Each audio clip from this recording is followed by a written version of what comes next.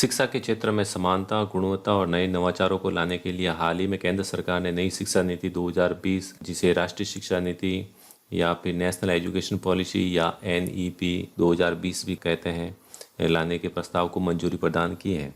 क्या है नई शिक्षा नीति और इसको हम सरल भाषा में जानने का प्रयास करते हैं। सबसे पहले हम इसकी परिभाषा जान लेते हैं कि वास्तव में शिक्षा नीति होती क्या है।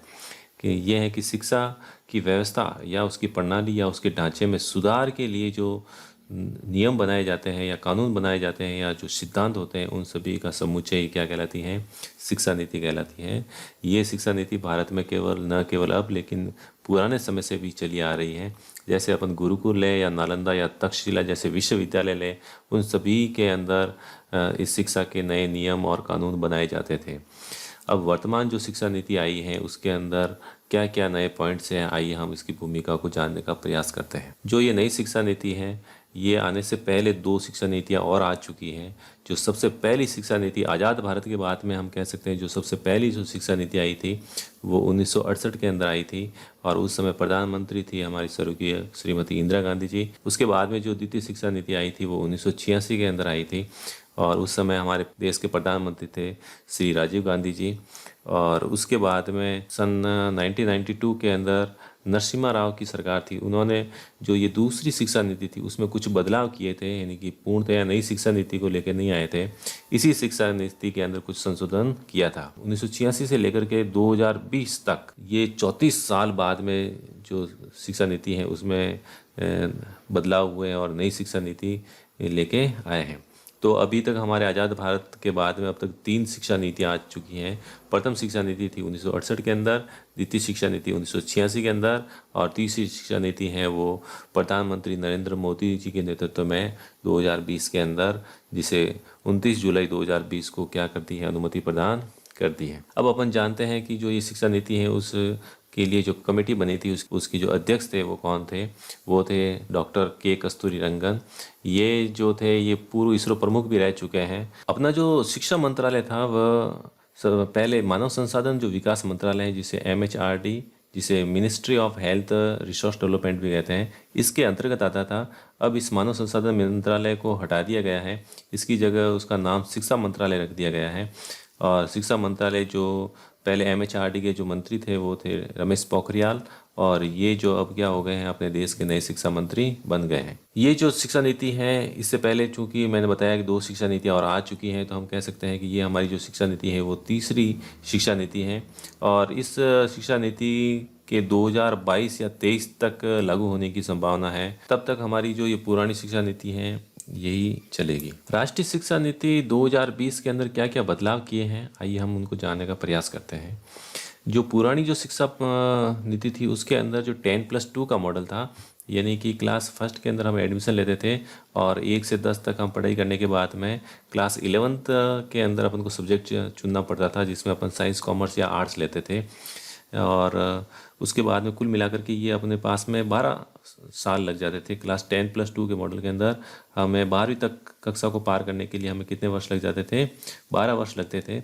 लेकिन ये जो मॉडल है अब ये पूर्णतया क्या कर दिया गया है, हटा दिया गया है। वर्तमान का जो मॉडल है उसको 2 भागों में बांट दिया गया है, एक तो माध्यमिक शिक्षा और एक है उच्च शिक्षा।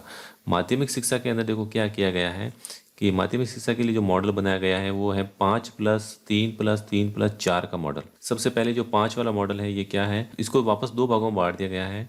एक तो है 3 से 6 वर्ष तक के बच्चे और एक है 6 से 8 वर्ष तक के बच्चे। तो सबसे पहले जो बच्चा जब 3 साल का हो जाएगा तो उसको नर्सरी, KG और प्रेप, जो कि अधिकांश प्राइवेट स्कूलों में ऐसा चलता है, ये प्री प्राइमरी के अंदर जो बच्चा होता है फर्स्ट क्लास से पहले उसको 3 साल तक पढ़ना पड़ेगा। इसमें 6 साल का बच्चा आता था, लेकिन इसमें क्या होता था कि 6 साल तक बच्चा क्या करेगा, नर्सरी, KG और प्रेप, ये छोटी कक्षाएं पढ़ेगा। और उसके बाद में जो 6 से 8 वर्ष तक जब हो जाएगा, 6 वर्ष के बाद में वो क्या करेगा, फर्स्ट और सेकंड क्लास के अंदर आएगा। ये जो कक्षाएं हैं ये क्या होगी, सामान्यतः आंगनवाड़ी क्षेत्रों के अंदर चलेगी, जहाँ पर इनको खेल खेल के अंदर इनको पढ़ाया जाएगा। इनको किसी प्रकार का होमवर्क करने की पूर्णतया क्या होगी, आज़ादी रहेगी। किसी प्रकार का होमवर्क नहीं करवाया जाएगा, केवल खिलाया जाएगा बच्चों को। और फर्स्ट और सेकंड के अंदर भी किसी प्रकार का कोई एग्ज़ाम नहीं है, इसमें भी कोई किसी प्रकार का एग्ज़ाम नहीं है, केवल खेल खेल में बच्चों को क्या करना है, पढ़ाई करनी है। तो ये जो स्टेज हो गई, ये क्या हो गई, प्री प्राइमरी स्टेज है। और इस स्टेज के अंदर बच्चा क्या करेगा, सिर्फ नर्सरी, केजी और प्रेप, उसके बाद में फर्स्ट और सेकंड, ये जो 5 साल हैं इसको कहा गया है 5 का मॉडल। और उसके बाद में आएगा प्राइमरी के फील्ड में आएगा। ये जो प्री प्रेटरी जो स्टेज है उसके अंदर आयु वर्ग है वो है 9 से 11 वर्ष, और इसमें थर्ड, फोर्थ, फिफ्थ क्लासें निर्धारित की गई हैं। इसके अंदर क्या होगा कि मातृभाषा का जो सब्जेक्ट है वो पढ़ाना बहुत ही अनिवार्य होगा। इसके साथ साथ में खेल खेल में बच्चे को पढ़ाया जाएगा। हालांकि इसमें होमवर्क और एग्ज़ाम का पैटर्न रखा जाएगा, लेकिन सबसे महत्वपूर्ण इसमें जो बात है वो है मातृभाषा के विषय को जोड़ा गया है। जो भी मातृ या क्षेत्रीय भाषा है उसको इसके अंदर जोड़ा गया है। इसके अलावा खेलों पर इसमें बहुत ज़्यादा बल दिया गया है। तो सबसे पहले जो 5 वाला मॉडल था उसमें उसके 2 पार्ट थे, नर्सरी, केजी, प्रेप और फर्स्ट और सेकंड। यानी जो ये 5 वाले मॉडल के अंदर तो आपको सेकंड तक आएंगे, और अगले जो 3 वाले मॉडल के अंदर आप थर्ड, फोर्थ, फिफ्थ क्लास पार कर लोगे। इसके बाद में आएगा आपका मिडिल स्टेज। इसके अंदर आपके जो बच्चे आएंगे वो 11 से 14 वर्ष की आयु के बच्चे होंगे, जिसके अंदर आपको 6, 7, 8 तक की क्लास की पढ़ाई करवाई जाएगी। यानी कि 5 + 3 + 3 तक आप कौन सी क्लास के अंदर आ जाएंगे, 8th की क्लास तक आ जाएंगे। इसके अंदर बहुत ही इंपॉर्टेंट जो बात कही गई है वो है व्यावसायिक शिक्षा। यानी कि आपको पढ़ाई के साथ साथ में जो सिलाई के काम है, या फिर आपको खेती के काम है, या फिर आप कोई इलेक्ट्रॉनिक्स के फील्ड में है या कंप्यूटर के फील्ड में है, अन्य कामों के लिए भी आपको क्या किया जाएगी, ट्रेनिंग प्रदान की जाएगी।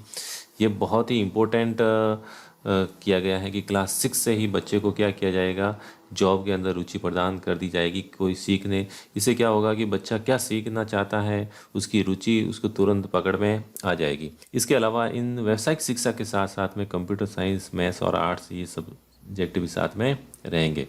तो अब तक जो मैंने 3 मॉडल बताए हैं उसमें 5 तक तो बच्चा होगा वो सेकंड क्लास तक आएगा, अगले 3 तक बच्चा होगा वो 5th क्लास तक आ जाएगा, अगले 3 तक बच्चा 8th क्लास तक आ जाएगा। और ये जो लास्ट वाला जो 4 वाला मॉडल है ये बहुत ही इम्पोर्टेंट है। इसके अंदर सबसे ज़्यादा परिवर्तन हुआ है कि पहले क्या होता था कि 9th और 10th तक आपको सब्जेक्ट चुनने की आज़ादी नहीं थी, लेकिन अब इस पैटर्न को पूरा हटा दिया गया है। अब वर्तमान में वापस आपको 9th से ही क्या करना पड़ेगा, नया सब्जेक्ट चुनना पड़ेगा। इसमें 9th, 10th, 11th और 12th, ये जो 4 वाला मॉडल है इसके अंदर आपका कोई विशेष सब्जेक्ट रहेगा। अब सब्जेक्ट किस प्रकार से चयन करने की आज़ादी होगी, कोई भी विषय ले सकते हैं। यानी कि अब जो आर्ट्स, कॉमर्स और साइंस वाला जो पैटर्न है ये पूर्णतया क्या कर दिया गया है, हटा दिया गया है। अब कोई भी बच्चा ये नहीं कह सकता है कि मेरे पास में साइंस स्ट्रीम है या फिर आर्ट्स स्ट्रीम है या कॉमर्स है, ऐसा कुछ नहीं है। अब आपको सब्जेक्ट चुनने की आज़ादी है। यानी कि उदाहरण के तौर पर अगर मैं बताऊं कि आपके पास में फिजिक्स है और आप चाहते हैं कि मुझे तो इतिहास भी साथ में पढ़ना है, तो आप फिजिक्स के साथ में इतिहास ले सकते हैं। यानी कि किसी भी सब्जेक्ट का आप चयन कर सकते हैं। आप चाहते हैं कि आर्ट्स के साथ में फिजिक्स भी पढ़े और बायोलॉजी के साथ में मैथमेटिक्स भी पढ़े, तो आप जो जो विषय चयन करोगे वो आपको आज़ादी मिल जाएगी। अब आपको बाध्यता नहीं रहेगी कि आपको अगर कॉमर्स है तो कॉमर्स ही पढ़े, ऐसा नहीं है। अगर आप व्यावसायिक फील्ड में भी जाना चाहते हैं और बायोलॉजी के अंदर भी रुचि रखना है तो आप अकाउंट भी ले सकते हैं और बायोलॉजी सब्जेक्ट भी ले सकते हैं। ये बहुत ही बड़ा परिवर्तन हुआ है। इसके अलावा रटने की प्रवृत्ति को ख़त्म किया गया है। ये इसके ऊपर बहुत ज़्यादा जोर दिया गया है कि रटना, अब जो वर्तमान में जो क्वेश्चन आते थे उसमें आपको किताब के अकॉर्डिंग पूरा लिखना पड़ता था, लेकिन अब जो क्वेश्चन बनेंगे वो इस टाइप के नहीं बनेंगे। उसमें आपकी क्या राय है, ऐसे क्वेश्चन जानने के वो क्या करेंगे, प्रयास करेंगे कि ऐसा होता तो क्या होता। इस प्रकार के जो क्वेश्चन अधिकांश बनते हैं उसमें नंबर कटने की संभावना बहुत ज़्यादा कम रहती है कि आपकी जो राय है, आपका जो स्किल डेवलपमेंट है वो किस प्रकार से हो रहा है, ऐसे प्रकार के क्वेश्चन आपको आएंगे। इसके अलावा सेमेस्टर सिस्टम रखा गया है जिसके अंदर ऑब्जेक्टिव और सब्जेक्टिव दोनों टाइप के क्वेश्चन देखने को मिलेंगे। यानी कि साल के अंदर आपके 2 एग्ज़ाम होंगे जिसके अंदर आपके जो वस्तुनिष्ठ प्रश्न भी आएंगे और प्रश्नोत्तर वाले क्वेश्चन भी देखने को मिलेंगे। एक और इम्पोर्टेंट चीज़ को ऐड किया गया है वो है विदेशी भाषा। अब आप अपने 9, 10, 11, 12 के सब्जेक्ट के अंदर जो फॉरेनर लैंग्वेज है वो भी क्या कर सकते हैं, ऐड कर सकते हैं। और भी जर्मन है या फिर फारसी है या कोई अन्य भाषा जो विदेशी भाषा है उनको अगर आप अपने सब्जेक्ट में साथ लेना चाहते हैं तो भी आप ले सकते हैं। ये टूरिस्ट गाइडों के लिए बहुत ही फ़ायदेमंद साबित होगा। और सबसे बढ़िया जो बात कही गई है वो है रिजल्ट की। और रिजल्ट के अंदर आपको क्या होगा कि रिजल्ट के अंदर लगभग इस पैटर्न के अकॉर्डिंग तो लगभग सारे ही पास होंगे, यानी कि अब दबाव है वो पूर्णतः क्या हो जाएगा, कम हो जाएगा। रिपोर्ट कार्ड किस प्रकार से, रिजल्ट का रिपोर्ट कार्ड किस प्रकार से तैयार होगा, इसको मैं थोड़ा सा आपको बताता हूँ कि इसमें आपको 3 लोग नंबर देंगे। एक तो बच्चा क्या करेगा, सेल्फ देगा, दूसरा आपका फ्रेंड देगा। फ्रेंड आपको बताएगा कि ये कैसा पढ़ रहा है और आपका व्यवहार कैसा है, उसके आधार पर वो क्या करेगा, आंकलन करके आपको क्या करेगा, नंबर प्रदान करेगा। तो इससे फ़ायदा क्या होने वाला है कि एक प्रत्येक बच्चा है वो अपने मित्रों के साथ में एक अच्छा व्यवहार करेगा। अन्यथा क्या होगा कि अगर आपने मित्रों के साथ में व्यवहार अच्छा नहीं है, या फिर आपके स्कूल में व्यवहार अच्छा नहीं है, या फिर आपके मोहल्ले में व्यवहार अच्छा नहीं है, तो ये लोग आपको नंबर कम दे देंगे। तीसरा जो अंक बार देगा वो होगा टीचर। तो तीनों मिलकर के अंक बार देंगे, तो ये 2 अगर सही दे देंगे तो ये चाहे नंबर अगर टीचर कम भी दे दे तो भी आप क्या हो जाओगे, पास हो जाओगे। यानी कुल मिलाकर के इसको सरल बना दिया गया है रिजल्ट को, ताकि परीक्षा का दबाव कम से कम रहे। और पूरा जो टोटली दिया गया है 9, 10, 11, 12, ये जो 4 साल है, इसके अंदर आपको जो भी सब्जेक्ट है उसके अंदर आपको स्किल डेवलपमेंट करवाने की आज़ादी मिलेगी। चलो इसके बाद में अपन आते हैं उच्च शिक्षा के बारे में। यानी कि आप जब 12th पास कर लोगे, यानी कि यहाँ पर 12th पास करने के लिए आपको कितने वर्ष चाहिए, लगभग 6, 4, 10 और 5, 15। और यहाँ पर कितने हैं, पुरानी शिक्षा प्रणाली में कितने हैं, 12। लेकिन टाइम उतना ही है, क्योंकि यहाँ पर 6 वर्ष का बच्चा एडमिशन लेता था और यहाँ पर एडमिशन कौन ले रहा है, 3 वर्ष का बच्चा। तो 3 से 6 वर्ष तक तो वो जो प्री प्राइमरी वाला है वो कुल मिलाकर के एक्स्ट्रा जोड़ा गया है। अब इसके अंदर आपको कोई किसी प्रकार का कोई सब्जेक्ट नहीं होगा, यानी कि आने वाले समय के अंदर ये साइंस, कॉमर्स और आर्ट्स, ये सब्जेक्ट बोले जाने वाले, ये प्रथा पूरी क्या होने वाली है, ख़त्म होने वाली है। चलो अब देखते हैं अपन उच्च शिक्षा के बारे में, उच्च शिक्षा में क्या क्या देखा गया है। उच्च शिक्षा में भी बहुत बड़ा भारी बदलाव किया गया है। उच्च शिक्षा में देखो क्या है कि पहले जो पैटर्न था वो था 3 साल का डिग्री कोर्स हुआ करता था, जिसमें आर्ट्स वालों के लिए बीए होता था, साइंस वालों के बीएससी और कॉमर्स वालों के लिए बीकॉम हुआ करता था। ये पैटर्न अब पूरा ही खत्म होने वाला है। इसमें भी एक चीज़ और हुआ करती थी कि आपने अगर बीएससी के अंदर एडमिशन लिया या बीकॉम के अंदर एडमिशन लिया है तो आपको 3 साल तक उसमें पढ़ना ही पड़ता था। अगर आप 2 साल पढ़ करके अगर छोड़ देते हैं तो आपका बीकॉम किसी काम का नहीं रहता है। या फिर आप 1 साल पढ़ के छोड़ दिए, या फिर आप फाइनल में अगर फेल होकर के चले गए तो भी आपका पूरी डिग्री क्या हुई, वो कैंसिल हो गई है।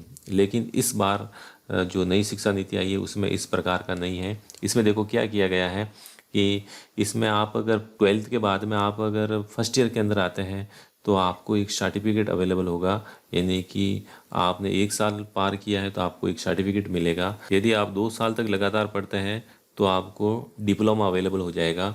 अगर आप 3 साल लगातार पढ़ते हैं तो आपको डिग्री मिल जाएगी, यानी कि आपको डिग्री प्राप्त करने के लिए 3 साल पढ़ना पड़ेगा। और आप अगर किसी कारणवश से या घरेलू परिस्थितियों के कारण 2 साल में ही छोड़ के चले गए तो डिप्लोमा मिलेगा आपको। जहाँ जहाँ डिप्लोमा की ज़रूरत होगी वहाँ पर आपको इसके क्षेत्र में आपको जॉब मिल जाएगी। और जहाँ कुछ छोटे फील्ड हैं वहाँ पर अगर किसी सर्टिफिकेट की ही ज़रूरत है तो वहाँ ये सर्टिफिकेट दिखा करके आपको क्या मिल जाएगी, जॉब मिल जाएगी। लेकिन पहले ऐसा नहीं था, पहले तो आपको क्या करना पड़ता था, 3 साल पूरे ही पढ़ना पड़ता था। लेकिन इस बार जो है वो प्रत्येक साल की आपकी वैल्यू है। अब दूसरी बात आती है कि अगर आप इसमें से बीच में छोड़ के, जैसे सर्टिफिकेट ये ले लिया आपने फर्स्ट ईयर के अंदर, आपने साइंस का सर्टिफिकेट ले लिया, उसके बाद में आप कोई दूसरा जैसे आर्ट्स के अंदर चले गए, या फिर आपने कोई ऐसा छोटा दूसरा आईटीआई जैसा कोई दूसरा कोर्स कर लिया, और उसके बाद में अगर वापस आते हैं तो आपको सीधा सेकेंड ईयर के अंदर एडमिशन मिलेगा। लेकिन पहले ऐसा नहीं होता था। डिग्री के बाद में अगर उच्च शिक्षा हेतु आपको अगर अध्ययन करना है तो आपको चौथे साल के अंदर भी क्या करना पड़ेगा, एडमिशन लेना पड़ेगा। अगर आप 4 साल तक की डिग्री अगर प्राप्त कर लेते हैं तो उसके बाद में जो आपको पीजी के अंदर आपके एडमिशन होगा उसमें देखो क्या होगा, ये जो एमफिल है इसको क्या कर दिया गया है, पूर्णतः हटा दिया गया है। ये क्या होती थी कि ये एक पीएचडी से पहले की अवस्था है। एमफिल करने के बाद में पीएचडी में आसानी से एडमिशन हो जाता है, और पीएचडी के अंदर भी आपको कुछ कोर्स वर्क करने में रियायत मिलती है। इसके अलावा कुछ कॉलेजों के अंदर एसोसिएट प्रोफेसर वगैरह हैं, ऐसे जो फील्ड होते हैं वहाँ पर एमफिल वालों को वरीयता प्रदान कर दी जाती है। ये जो होती थी 2 साल की होती थी, और पीएचडी है लगभग 5 से 6 साल लग जाते हैं। इसलिए कुछ लोग पहले एमफिल कर लेते थे और उसके बाद में वो पीएचडी करते थे। तो एमफिल के बाद में जब पीएचडी के अंदर जाने की इच्छा रखते हैं लोग, तो वो सीधा ही पीएचडी में ही एडमिशन करवाया जाए, इसलिए इस एमफिल को क्या कर दिया, पूर्णतया हटा दिया गया। अब जो अगर 4 साल की अगर किसी ने डिग्री प्राप्त कर ली, तो उसके लिए जो एमए, एमएससी और एमकॉम जो सब्जेक्ट होंगे, उसके अंदर क्या होगा कि आपको 1 वर्ष में ही क्या हो जाएगा, कंप्लीट हो जाएगा। पहले जो ये थे 2 साल के अंदर कंप्लीट होते थे, लेकिन आपने अगर 4 साल तक इसमें ग्रेजुएशन के अंदर आपने अगर अध्ययन कर लिया है, तो आपको एमए, एमएससी और एमकॉम आपका 1 साल में हो जाएगा। उसके बाद में सीधा आपका किसमें, पीएचडी के अंदर एडमिशन हो जाएगा। ये तो थी उच्च शिक्षा नीति। अब और क्या क्या इसके अंदर नवाचार करने के प्रयास किए जा रहे हैं। 50 फॉरेनर यूनिवर्सिटीज़ को भारत के अंदर अपने कैंपस खोलने की अनुमति प्रदान की जाएगी। 50 फॉरेनर यूनिवर्सिटी, यानी कि जो बड़ी यूनिवर्सिटीज़ है जैसे कैम्ब्रिज हैं, जो बड़े विश्वविद्यालय हैं, उनकी जो शाखाएं जब भारत में खुलेगी, तो इससे क्या होगा कि भारत के लोग जो बाहर जा रहे हैं, विदेश पढ़ने के लिए जा रहे हैं, वो पलायन पूर्णतः क्या हो जाएगा, रुक जाएगा। जब हिंदुस्तान के अंदर भी वही गुणवत्ता वाली शिक्षा अगर प्रदान करेंगे, तो बाहर जाने का पलायन भी क्या हो जाएगा, रुक जाएगा, और हमारी प्रतिभाएं जो हैं वो भारत के अंदर ही रहेगी। ये बहुत ही बड़ा बदलाव होने जा रहा है। दूसरा है स्कूल फीस। हाँ, ये भी एक बहुत ही इम्पोर्टेंट बदलाव किया जा रहा है। इसमें स्कूलों को क्या किया जा रहा है, अलग अलग कैटेगरी के अंदर डिवाइड करेंगे। जैसे ABC वाली टाइप की स्कूलों को 3 कैटेगरी में डिवाइड कर दिया। ए वाली जो स्कूल हैं उसके लिए जो फीस होगी वो एकदम फिक्स कर देंगे, उसके ज़्यादा बढ़ाना पॉसिबल नहीं है। बी वाला, सी वाले, जो भी जिस कैटेगरी में जो स्कूल आती हैं उसके अनुसार वो फीस रखेंगे, उससे ज़्यादा वो बढ़ा नहीं सकते हैं। इसके अलावा जो कुल जीडीपी है उसका 6% का लक्ष्य रखा गया है इस शिक्षा नीति में सुधार के लिए। नेक्स्ट है कि इसमें करके सीखना, यानी कि कुल जो पूरी जो शिक्षा नीति, अगर माध्यमिक शिक्षा और उच्च शिक्षा दोनों की अगर बात करें, तो इस सभी के अंदर जो स्किल डेवलपमेंट है इसमें पूर्णतया जोड़ दिया गया है। चलो आज की वीडियो में बस इतना ही। नेक्स्ट वीडियो में किसी नए टॉपिक के साथ में आएंगे। तब तक के लिए जय हिंद, जय भारत, थैंक यू।